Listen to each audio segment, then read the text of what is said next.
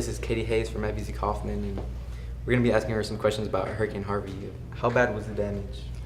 It's unimaginable, actually. I know that dozens of people lost their lives, thousands lost their homes, and there's so many more in shelters right now just trying to find a way to make it through the night. It's a horrible situation. It said that this is like a 1 in a 500-year hurricane. Like, this is crazy. What is your church doing to help people out in Houston? Our church sent a couple guys down this weekend, and I'm pretty sure they're sleeping in their car, and they aren't getting a very good night's sleep. They're just doing whatever they can to help. They have a servant's heart, and it's amazing. What can people do to help out? Well, we have the fundraiser going on right now. It's for $15 you can buy a t-shirt, and 100% of the proceeds go straight down to the Texas Harvey victims.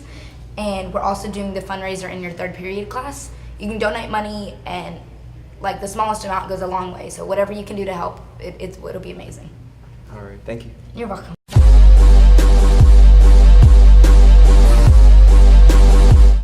All right, so your name is Mr. Guthrie, right? Yes. What school did you come from? So we're coming from Caddo Mills High School, right down the street. Oh, okay. And what classes are you teaching this year? So this year I'm teaching college transition and speech and debate. Could you tell us a little bit more about college transition? Yeah, college transition is a class primarily for juniors where we're focusing on SAT prep, and we're just kind of starting that next step to the next level for college entrance. All right, could you tell us a little bit more about debate? Yeah, so we're starting the speech and debate program here at the school, and it's an opportunity for all the kids who are interested in maybe going into law. We hope to have one of the most competitive programs in the region, and we're super excited about this. All right, that's it.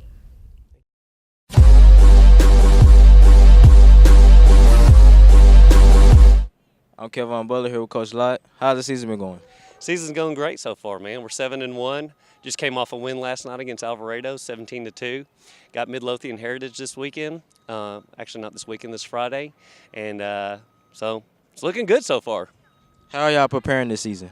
Well, we started pretty early, just like football and volleyball. We started off in first week of August, and we got district coming up in October. Our district's not too strong, so we're not too concerned about that, but it's what comes afterwards with playoffs, and we're hoping to end up hopefully in the state tournament again if things go right. What are your next upcoming tennis tournaments? Like I said, we got Midlothian Heritage on Friday. Saturday, we're traveling to Waco and playing a doubleheader against Robinson and Lampasas. I want to say the week after that, we have Ennis. We've already played them once. They were our one loss that we had. Coach Hard and I try to schedule matches that are, sometimes going to be butt kickings, but sometimes give us some wins as well. So it just kind of depends.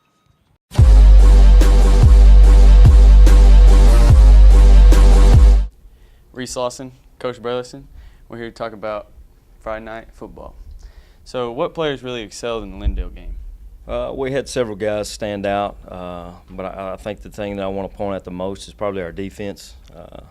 We held them to 2 touchdowns, kept us in the game. From game to game, you're going to have one side or the other step up. And this game, it was the defense when the offense was struggling, and they held on long enough for us to be able to get the ball back and put another one in the end zone to win the game. So I guess if anybody excelled, I think we're going to say it was the defense. Okay. So what are the strengths and weaknesses of the team? Well, obviously the strength of our team is our defense, and I think especially our defensive line. We got 3 big guys up front, and then of course the linebackers right behind them. We're going to have a lot of fun making a lot of tackles because the big boys up front, and then our offensive line is the other strength of our team. Without those guys, then we wouldn't be able to move the ball. Okay. You have Mineola this week, so what does that mean for y'all? What are y'all going to do to the Yellow Jackets? Well, anytime you're going to play a team that is just coming off a state championship, they're going to be high with confidence. They've got some skill returning. We're going to have to go and play in their house, so they're going to be pumped up for us. And I think our guys are ready. We've had a good week of practice, and we just got to go and execute and stay healthy, and I think we'll come out on top. Okay. Thank you, Coach Burleson. I'm here with Trey Collier, and we're here to talk about Friday night football. So what do you love most about Friday night? Probably just run out into the field and hearing the crowd scream and yell for us and just going to do our thing, really. Okay. What do you expect about Mineola Friday night? They're a pretty good team. I mean, they came off state championship, and we got there and do our thing. I believe in our defense, like Coach was saying, and our offense roll and defense roll too. We got it. All right. Thank you, Trey.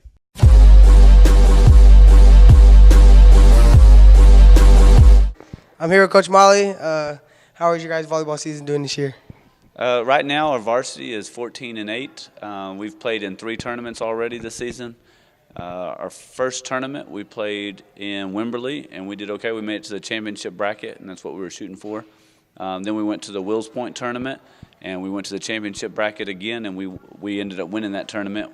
We were perfect 6-0. And then we went to the Forney tournament, and again, we made it to the championship bracket. And we've had a very successful tournament season so far. We begin district on Friday. So, hey, I'm here with Kinsey Kirsch, and I was wondering who your toughest opponent this year in district is going to be. We have Caddo on Friday, and they're probably going to be our toughest. And then Crandall, I don't think they're the toughest component, but I mean, then again, it's Crandall, and that's always like in our heads. So, yeah. All right, and what is your team's goal this season? Well, we want to win district, of course, and I think we can. And then we want to go pretty far in playoffs. So. All right, that's all. Thank you.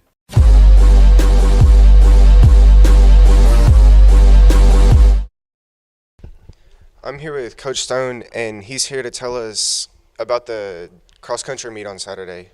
How was the meet, and who were the big performers? The meet went really well. This is our 10th year to host the Kaufman Run with the Lions Invitational, so it's kind of a neat little landmark for me as a coach. It's my 11th year here, but 10 years of running off that meet. We had a lot of good performers. Varsity-wise, Christian Rivera definitely did a great job. He and Spencer Keith leading the way, and Noah McBride also. We had this 3 guys under 17 minutes. Christian took the victory. In the girls' race, we had our top 3 performers were under 13 minutes, and that's a good mark for us on that course. Top performer was Ellie Galan with Taylor Sandberg and Alondra Campa doing a great job there. On the JV, we had our JV champions. Both teams were champions also. And on the boys' side, it was Patrick Mitchell, and on the girls' side, it was Haley Tucker with the victory. So. Based off this meet, how do you expect the rest of the season to go? I'm anticipating the team. I mean, that was a really great start. Both teams, varsity-wise, performed better than last year's teams at this meet.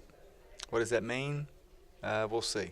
Last year we had a really good season, and I don't want to put any external pressure on them. I think the kids know what they're thinking to do, and that's most important, because if they're thinking it, then we'll probably get it done.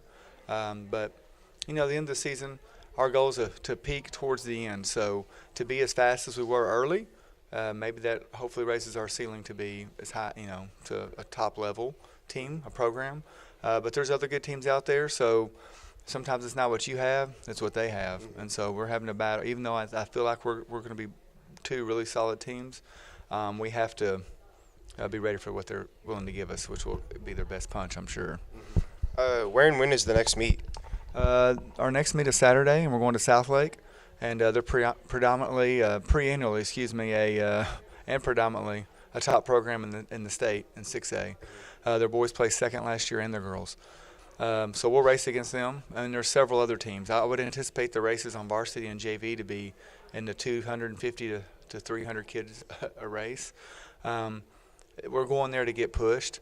Probably not winning the meet, but we want to go against a really good competition, get in that situation, feel the nerves, feel the adrenaline, run against people that's better than you, and hopefully that prepares us for bigger races down the road for us when we're running against people in our classification. So. Oh, that's good, and good luck to y'all. Appreciate it. Thank you.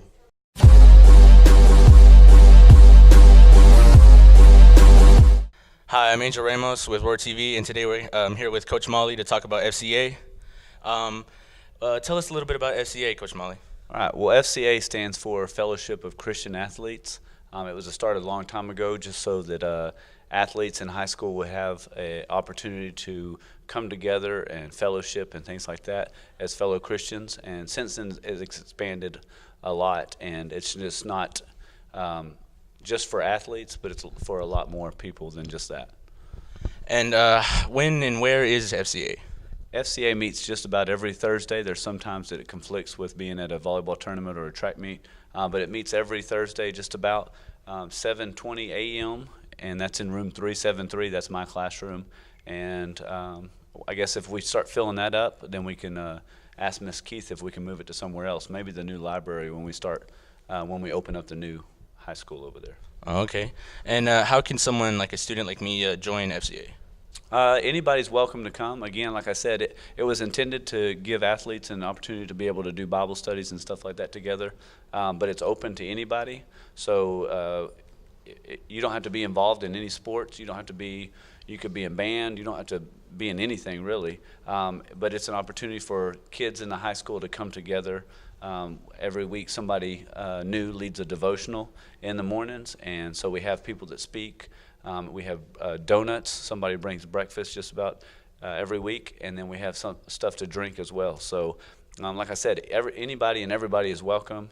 It's just opportunities for us to come together, fellowship, hang out, and talk a little bit about God inside the school. So. All right. Thank you, Coach Molly. Thank you.